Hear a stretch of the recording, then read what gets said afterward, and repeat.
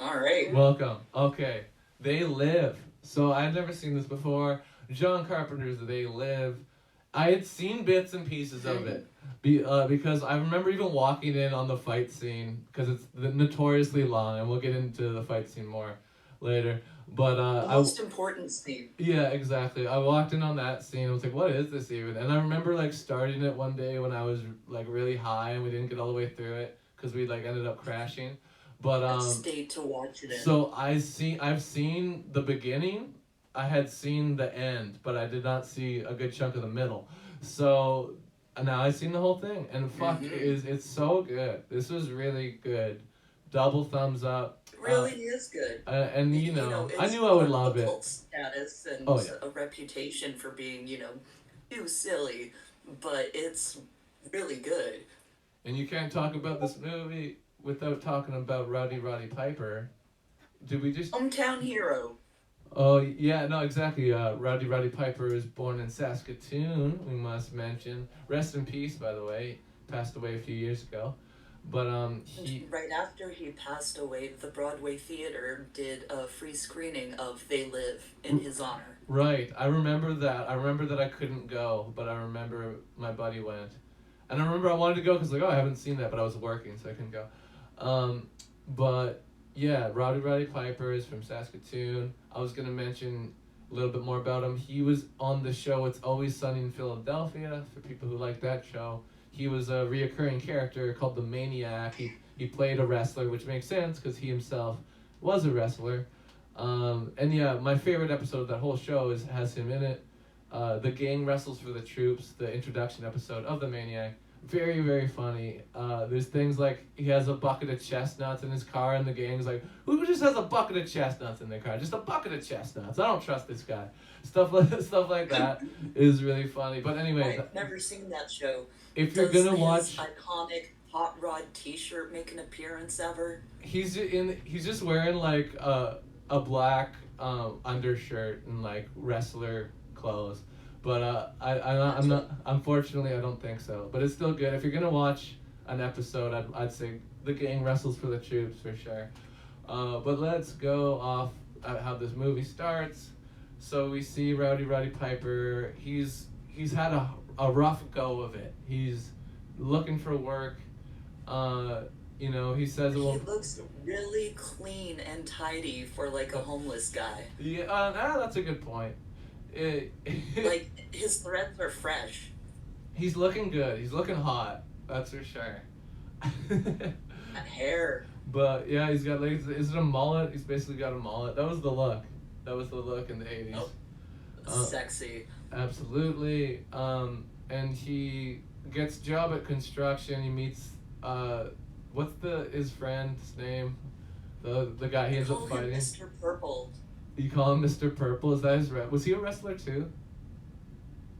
I don't know anything about him, and I can never remember the character's name. Yeah. It's just that he always wears that purple sweatshirt or tank top. That's true. We'll just call him Mr. Purple. That's a good point. Yeah.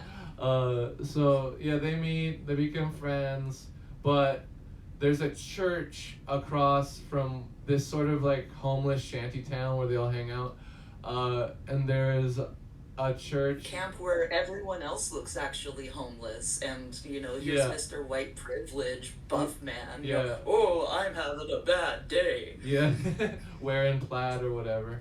But yeah, the church across the street, Rowdy Roddy Piper keeps looking over at it and it's like, what's going on here?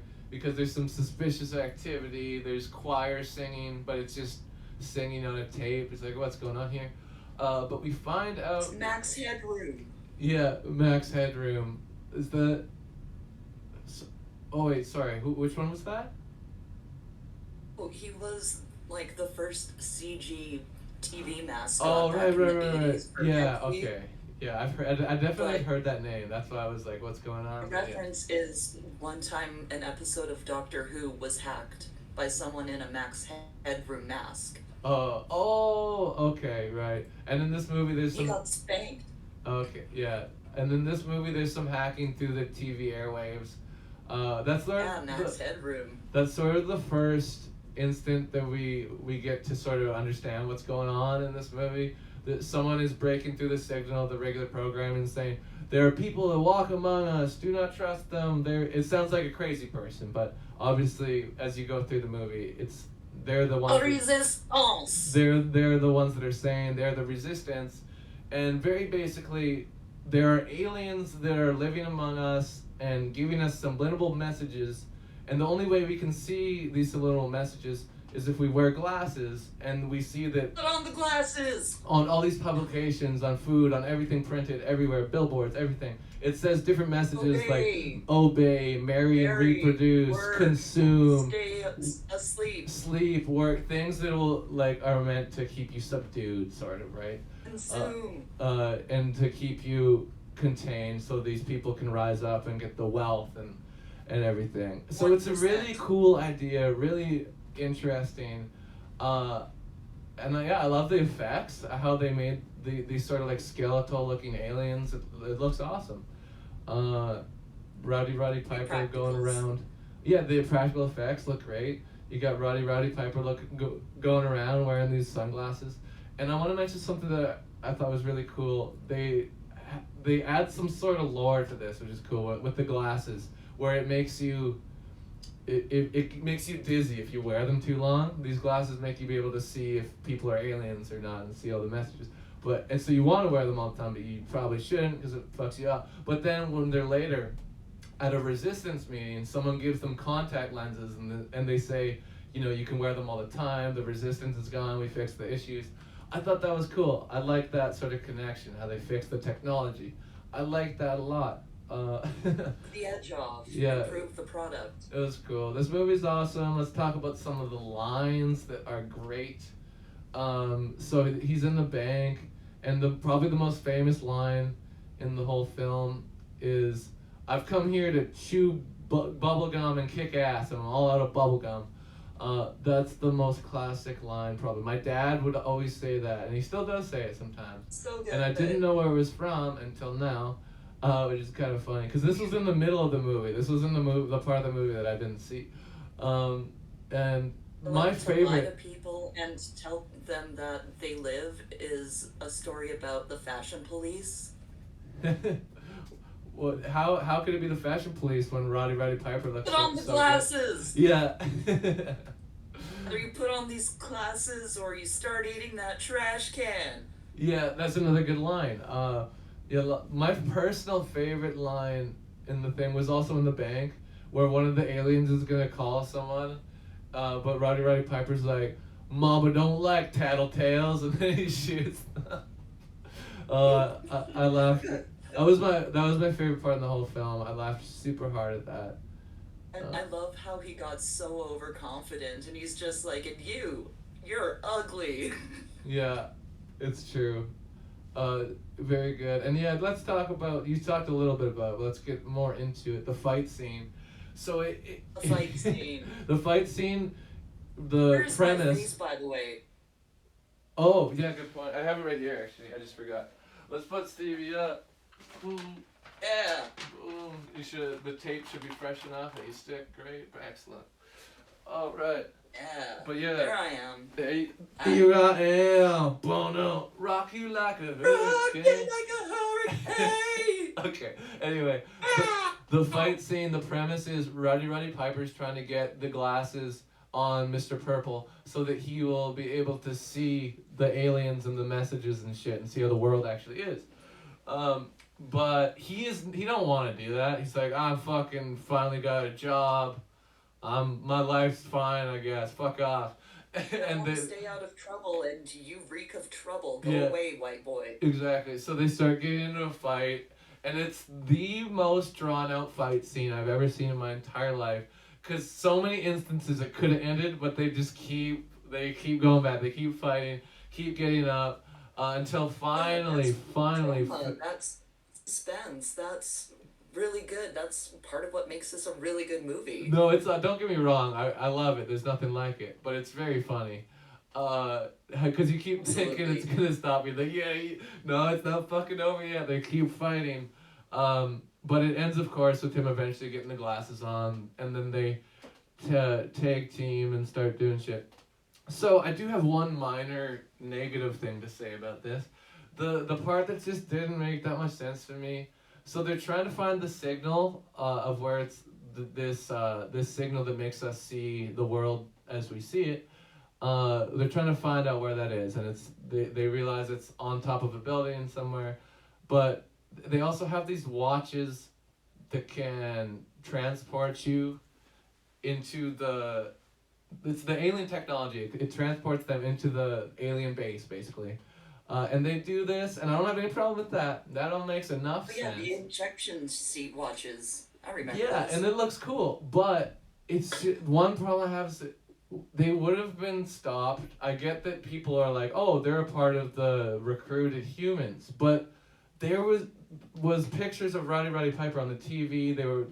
People clearly were saying, or the aliens were clearly realizing that he's a threat to them, and they wanted to stop him. So I feel like he would have been stopped sooner than he was once they got to the alien base. A little bit of a nitpick, but probably my biggest note. But we're trying to, sell an image to mediocre straight white guys, right? Yeah, but they've pre-established everything's stacked against you. You can still succeed. I have no problem with that. Keep trying, buddy. I have no problem with that, but they pre-established that he's a problem child and that he's been advertised on the TV and that everyone's looking for him. So that's the one that I still think that's. Fuck the police. I'm above the law. Okay. We'll just leave it at the that. 1%. We'll just leave it at that. But that's how I feel about it. It's a very minor note. I still think the movie's excellent. And some cool shit with they have who is the female that he meets, and he tries to convince the her. double agent. Yeah. With the eyes. She's got like grapes for eyes. Yeah, they were very green. She was good because it starts off like, okay, she can't be trusted, but then she shows up at the rebel meeting or whatever, and it's like, oh, maybe she's okay, but then they flip it again, and it's like, okay, I like the flip. That's kind of fun. So good stuff. I'm running out of shit to say now. Stevie, you got? I have some trivia for you. Hit me. So I'm only aware of this. I haven't personally observed, witnessed. According to legend, on the DVD, there you can get commentary from Roddy and, I don't know, Carpenter maybe. But he's having a conversation with someone, right? And Roddy is like, oh my god, this is based on a true story. I saw a documentary about it. All of this happened. It's real. And the movie that he's talking about, what he saw, is a short from the NFB called The Bronzwick Affair. Okay. I don't know that one. There's this brand of television that has, it's called a manipulode in it, and it sends out particle waves, is how they explain the science. Oh, so this is I'm sort of based not very science-minded. Okay. Yeah, so I'm not science-minded at all, but I don't think that particle wave is a thing. Well, I don't know shit either, but you're saying that this is like mildly, almost sort of based on something that could maybe be real? Is that what you're saying? No. I'm telling you that Roddy believed that was real. Oh, okay. Yeah. Yeah, I trust him. Maybe he's right. This movie is an adaptation of a short story called 8 o'clock in the Oh, morning. and he thought that it was real. It was written by Oh, no, I remember seeing that. the guy who invented the propeller beanie. It says that at the beginning of the movie. That's funny. He invented the propeller beanie. Okay. Yeah, I'm just dropping trivia because I'm a fan. I didn't have to watch this movie to review it with you. Well, you also already watched it like a week or two ago, I thought you said. Oh, a couple months ago. Oh, well, whatever. Close enough. Yeah. Yeah. No, but if you got any more trivia? Because I'm still out of stuff to say. You can say no. We can be done. Are we done? I don't know. I wish that I had more to say, but I'm done. Yeah. That's good. No, I think we covered it. I think it was really good. Awesome film. I only had that minor note that didn't make a little sense to me, why didn't they recognize Rowdy Piper when they got to the alien base? But again, minor note. I won't say anything else about it because everything else was great. A very cool idea, done very well. If you haven't seen it, like I haven't seen the full thing, I recommend it. It is on Netflix. Check it out. As is Insidious. If you want to watch that too, that's the last one I did. But Also, yeah, you can find the Bronzwick Affair on the NFB website. I recommend you go watch it. the It's got Bronzwick Affair. rotoscope animation. It's so good. If you send me a link, I for sure will. I'll try to remember. But you know me, I forget stuff sometimes. I'll do that. Okay, here we go with what I'm gonna rate it, and it's it's solid. So I'm just going straight up 8. I feel like it's good, and I think that's a fair rating for it. Pretty fun. 9.4, that's fair too. Cause yeah, it's good. I'm gonna put on Groovy Girl again, but Stevie, thank you for being here. Out. Take care and bye bye. See you in the chat. Woot woot. All right. Now I'm gonna put on Groovy Girl, like I said. Boom boom down. 8 out of 10 dogs. That's right. 8 out of 10 dogs where they live. Very good. Watch it on Netflix if you haven't seen it. Oh yeah.